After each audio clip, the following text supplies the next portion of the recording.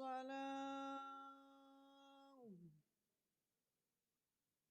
حي على الصلاة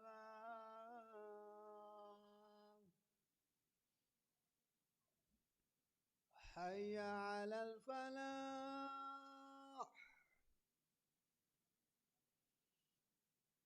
حي على الفلاح الله أكبر الله أكبر لا إله إلا الله.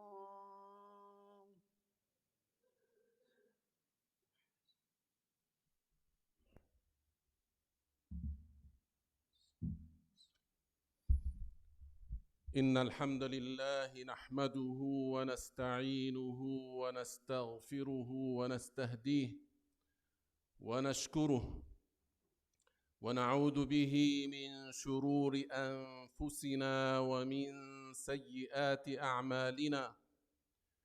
من يهد الله فلا مضل له ومن يضلل فلا هادي له، وأشهد أن لا إله إلا الله وحده لا شريك له، وأشهد أن سيدنا محمدًا عبده ورسوله.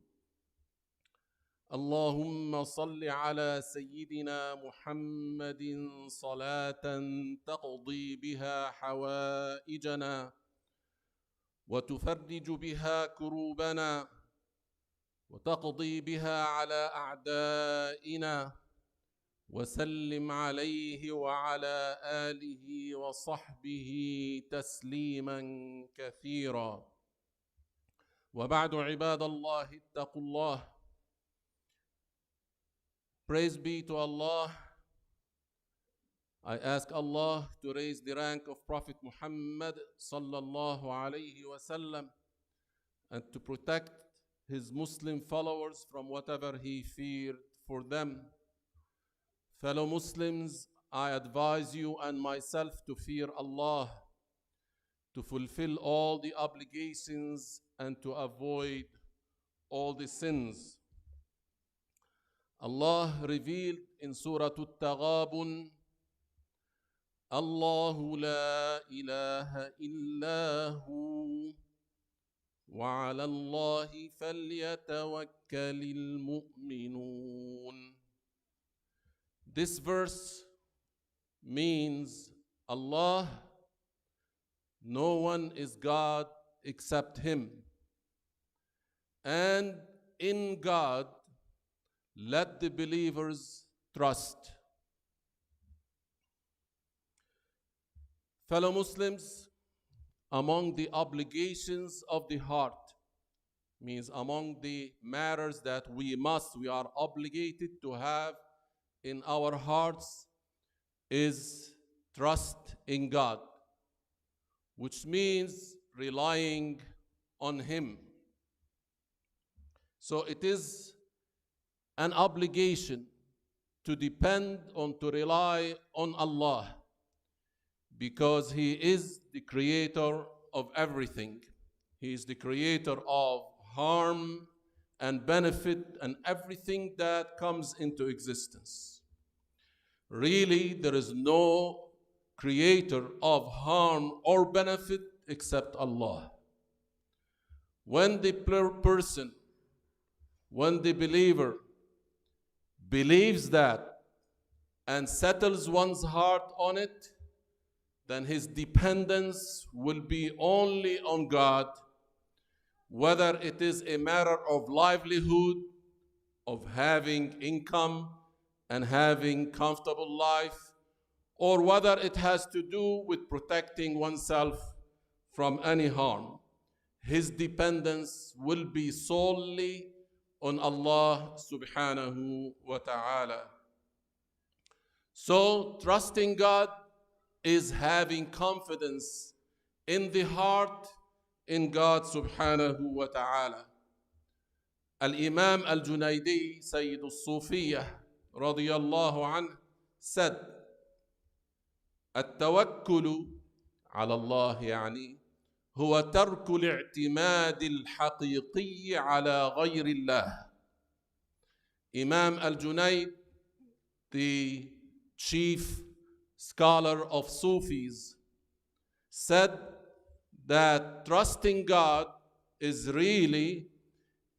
leaving out, abandoning the true dependence on other than Allah. If you do not depend on Allah, then you are achieving or displaying at-tawakkul or trusting God. So whoever trusts God or trusts in God will avoid all the forbidden matters that Allah made forbidden, and such as resorting to work in sorcery, witchcraft, magic, and also to go to or consult fortune tellers and identifiers. Fortune tellers are people who deal with talking about what would happen in the future. And such people usually who claim to know what is happening in the future, usually they seek the help of jinn. Jinn then tell them things, and they tell their customers who are deceived by them about what would happen in the future. Those are called, each is called kahin. And al-arraf, or these identifiers, are people who deal with identifying the locations of lost or stolen items. People go to them and they say, we lost this and that, and these people claim to identify the locations of those lost or stolen items. Our beloved Prophet Muhammad sallallahu alayhi wasallam said, "Man ata arrafan aw kahina, فصدقه بما يقول فقد كفر بما أنزل على محمد." The meaning of the hadith is, whoever goes to a fortune teller or identifier, as we define them, and believes in what they say, then this person has disbelieved in what was revealed to Muhammad. It means if a person goes to a fortune teller who claims to know the future, or an identifier who claims to know about the past of lost items or stolen items, and believes that this person, this identifier or this fortune teller, really knows all the unseen, the entire unseen, he knows al-ghaib kullahu, then this person has disbelieved in Allah and disbelieved in his messenger sallallahu alayhi wasallam. However, if this person goes to such impostors, fortune tellers or identifiers, and believes in his heart that they may be right, they may be wrong. They may tell the truth, they may not tell the truth, they may lie about it. Then such a person does not become a non-believer. However, he is or she is sinful. They have disobeyed Allah because they consulted such impostors whom they are forbidden by the Prophet to consult. Allah subhanahu wa ta'ala may inform some angels, some prophets, some righteous Muslims about some of the unseen, something that may happen in the future, some of the unseen. But Allah does not let any prophet or any angel or any person to know, does not inform them of the whole ghaib, of the entire unseen. Allah revealed in Al-Quran in Surah An-Naml, قل لا يعلم من في السماوات والأرض الغيب إلا الله. So it means say none on earth and in heavens know the entire unseen except Allah. So claiming to know the entire unseen, to know it fully, is like claiming to be God. And this is, of course, blasphemy. And believing that someone who claims that also is blasphemy. Wal-'iyadhu billah. You know, Allah created humans, angels, and jinn. Some of these jinn may ascend upwards and may eavesdrop, means may overhear, listen stealthily to the conversation that is going on among angels. Allah created angels and gave them different assignments. Some of them are in charge of rainfall. So those angels may be speaking amongst themselves, saying who would be born this year, who would die this year, who would become a leader this year, who would lose his leadership this year. So they will be talking about events that may come in the future, this coming year. Those jinn who ascended up and overheard or eavesdropped on the angels, they get these news and they go down to earth, and then they deal with these imposters, those future fortune tellers or identifiers, and then those imposters take the news from those jinn and, of course, claim to know these news and then say them to their deceived customers. So beware, we caution you against such imposters who sometimes claim to summon, to call for souls of the dead. They say when we say the name of someone who already is dead, then his soul will come to us. So they claim to summon souls of the dead. And really what they are summoning, what they are calling is some jinn to come into the room wherever the customer is. And they are lying, because the souls of the pious Muslims who already died would not like to come back to this world even if you give them the whole world.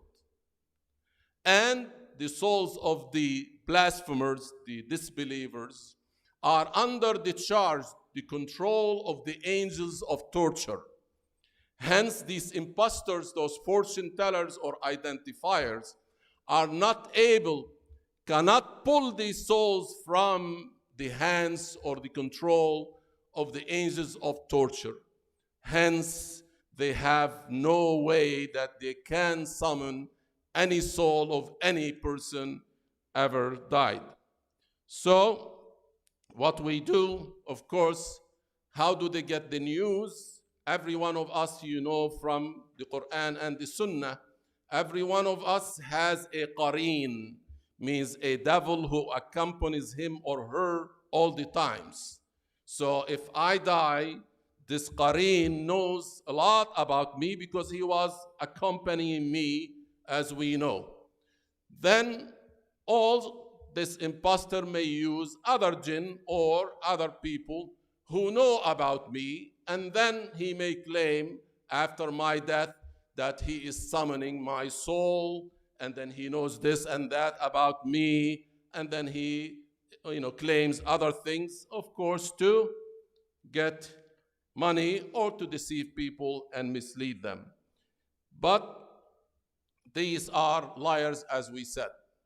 Now, some people may recite Quran, repeat certain verses many times. Let's say Ayatul Kursi, they may read it 3 times. If they read it with the good purpose to get reward from Allah, to seek the barakah, to seek protection from the devil, etc., they have good purpose, then such recitation is good as per the teachings of the Prophet alayhi salatu wassalam. And such sessions where such Quran, such verses are being recited are attended by the angels of mercy.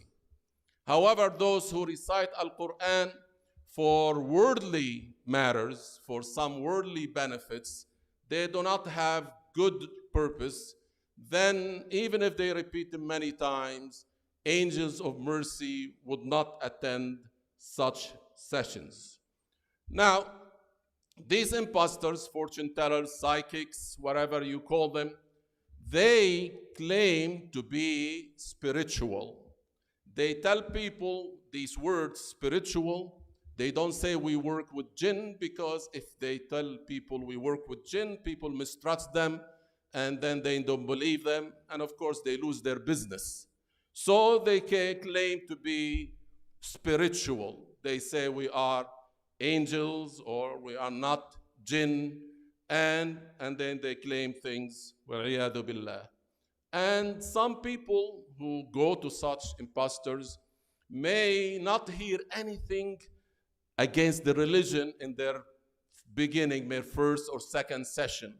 But later those jinn, those devils, will introduce in those sessions things that make a person fall into sin, saying contradictory things to the religion. Our Shaykh Abdullah al-Harari, in his area, he told us that there used to be such impostors, and they would say we are spirituals, means we are accompanied by angels. And people would seek them, of course, to cure a sick person or for other reasons. Some, for example, would come after sunset, after Maghrib, and they would sit people around, and then they would turn the lights off, and then it's dark, and then those people who are sitting, those customers, they hear movements in the room, and then those jinn come, and they claim to be other than being jinn. They, for example, greet the customers there and say different words, and then may claim that they know the sickness of such and such a person, and the cure is so and so. So these people have to be warned against. One incident that happened also, as Sheikh Abdullah tells us, that these people say in some sessions, oh, people mistrust us, they think badly of us, they say we are jinn, but we are not jinn, we are angels, we don't have parents, we don't have fathers or mothers. But then they continue. But Allah subhanahu wa ta'ala willed for such people to be exposed. One time, one of them was saying all these things and trying to deceive people. He said, I order my son Maymun to do so and so.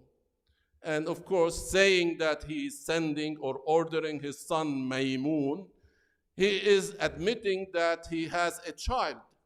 And we know that angels are honorable creations of Allah. They were created from light. We were created from clay, and the jinn were created from fire. So these angels were created from light, and they are neither male nor female. It means they do not reproduce. They do not perform sexual intercourse and then have children. So this person was exposed when he said that statement. And Allah subhanahu wa ta'ala told us that those angels are very obedient. They never disobey Allah, and they carry the commands of Allah without hesitation.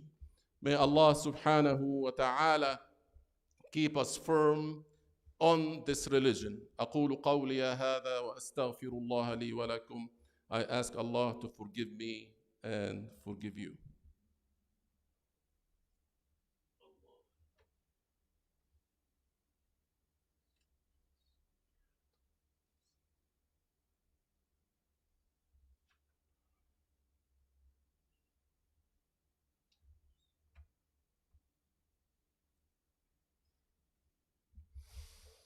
الحمد لله والصلاة والسلام على رسول الله وعلى آله وصحبه ومن والاه وبعد عباد الله واتقوا الله.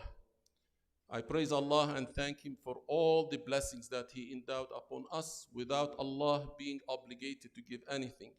I ask Allah to raise the rank of Prophet Muhammad and to protect his Muslim followers from whatever he feared for them. The great Sufi Ash-Sha'rani, Shaykh Ash-Sha'rani, may Allah accept his deeds, said in his book لطائف المنن والأخلاق, quoting Ibn Arabi, means he is in his book, he is quoting what Ibn Arabi said. So Ibn Arabi said, من أراد ألا يضل من أراد ألا يضل فلا يرمي ميزان الشريعة من يده ولو طرفة عين بل يستصحبها ليلا ونهارا عند كل قول وفعل واعتقاد.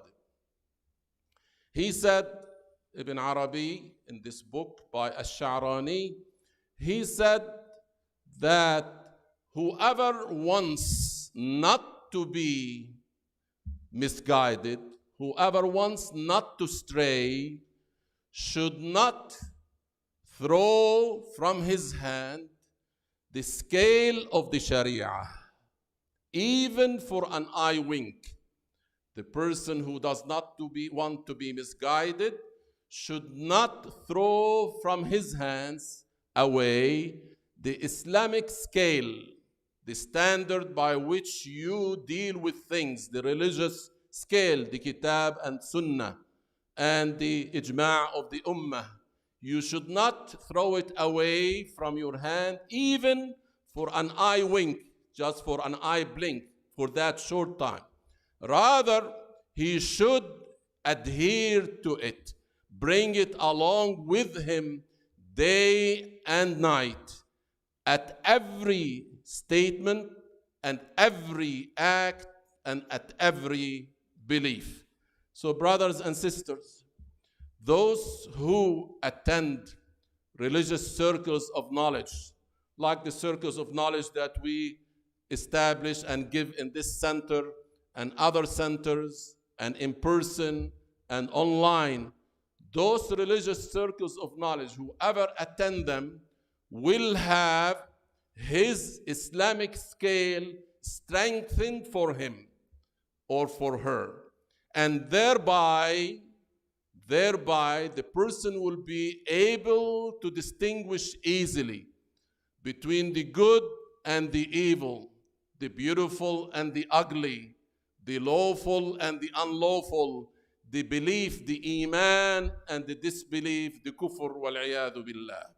So I advise you and myself to attend those Islamic circles of knowledge so that you will protect yourself, your family, your beloved ones, your community against imposters like those fortune tellers and identifiers, and also against the whims of people, against the whispers of the devil, against anything that distracts us from obeying Allah subhanahu wa ta'ala.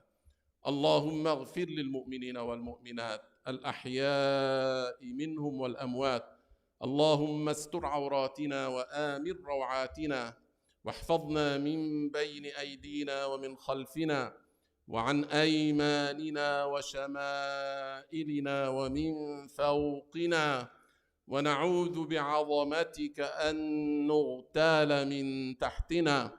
O Allah, we ask you to forgive the sins of the believers, the males and the females, the live and the dead.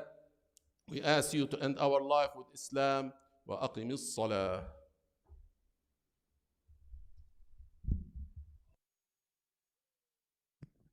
الله أكبر الله أكبر. أشهد أن لا إله إلا الله. أشهد أن محمد رسول الله. حي على الصلاة. حي على الفلاح. قد قامت الصلاة. قد قامت الصلاة. الله أكبر الله أكبر. لا إله إلا الله. دائما لا إله